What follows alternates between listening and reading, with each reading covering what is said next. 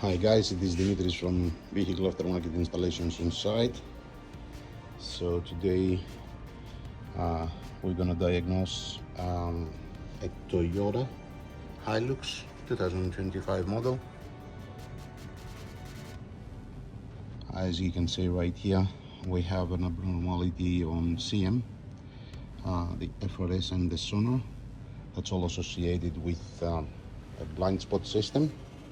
So customer complains actually that when he starts the car and starts driving, there are some beeps that indicates that the blind spot system is not working.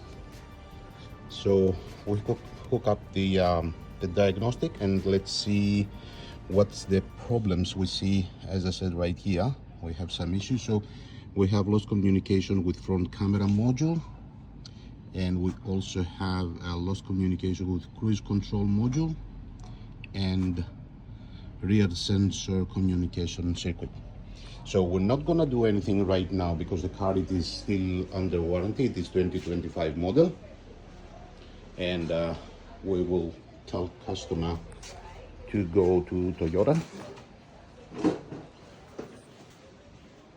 to solve the issue.